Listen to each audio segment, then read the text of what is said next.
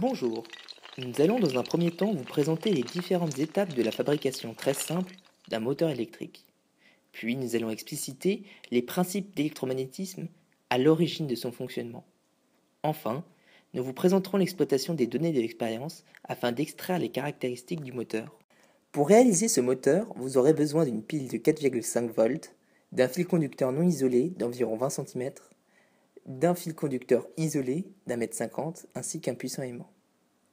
Le fil conducteur non isolé relié à la pile servira de support à la bobine. Réalisez une bobine d'une dizaine de spires environ. Enlevez le vernis aux extrémités de la bobine au contact du support sur un secteur angulaire de 120 degrés. Placez l'aimant sous la bobine, légèrement en retrait, ajustez la bobine, donnez une impulsion et c'est parti. La bobine du rotor n'est alimentée en courant que lorsque les parties décapées de l'axe de rotation sont en contact avec les fils conducteurs. Les conducteurs électriques constituant la bobine sont alors parcourus par un courant et plongés dans le champ magnétique créé par l'aimant permanent. Ces conducteurs subissent donc des forces de la place, et la bobine est soumise à un couple, c'est-à-dire un effort de rotation appliqué à l'axe. Le rotor commence alors à tourner. Après une rotation de quelques degrés, c'est la partie isolée des fils qui est en contact avec les fils conducteurs. La bobine n'est plus alimentée en courant. Elle ne subit donc plus de couple. Grâce à son inertie, le rotor continue cependant sa rotation jusqu'à ce que les parties décapées des fils soient de nouveau en contact avec les fils conducteurs reliés à la pile. Le courant passe alors de nouveau dans la bobine, qui subit de nouveau un couple. Le mouvement se poursuit. Nous avons ensuite effectué diverses mesures pour déterminer les caractéristiques du moteur.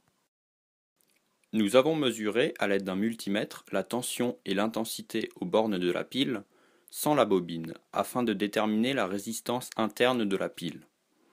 Ainsi, à l'aide de ce calcul, nous trouvons R1 égale 2,35 ohms. Puis nous mesurons la résistance de la bobine, R2 est égal à 0,7 ohms. En intégrant la bobine au circuit, le montage s'apparente à celui-ci, qui est équivalent à celui-ci si l'on sépare la source de tension E de la résistance interne de la pile R1. La bobine en rotation, nous mesurons, à l'aide de l'ampèremètre, une intensité environ égale à 58 mA. Nous pouvons alors calculer la puissance mécanique, qui est égale à la puissance électrique à laquelle on retranche les pertes.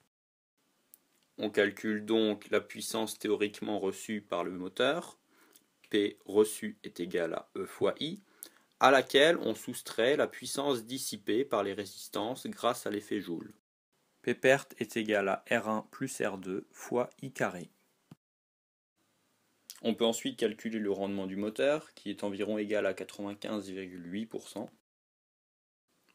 Puis, grâce à un visionnage au ralenti, nous avons déterminé la vitesse de rotation estimée à 7 tours par seconde, ce qui équivaut à 44 radians par seconde. Nous pouvons alors déterminer le couple du moteur, qui est égal à 5,6 fois 10⁻³ Nm. Et voilà qui conclut notre vidéo sur le fonctionnement et la fabrication d'un petit moteur électrique très simple.